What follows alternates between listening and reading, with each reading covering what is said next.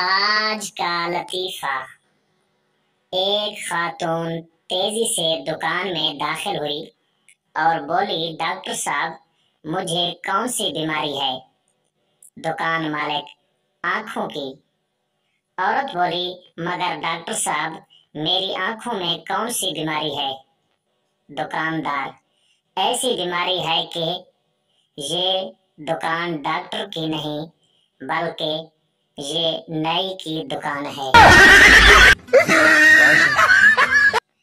ایک شوہر کی دو بیویاں آپس میں لڑ رہی تھی۔ دوران جنگ ایک کہہ رہی تھی آج بدھ ہے، جبکہ دوسری کہہ رہی تھی نہیں آج جمعرات ہے۔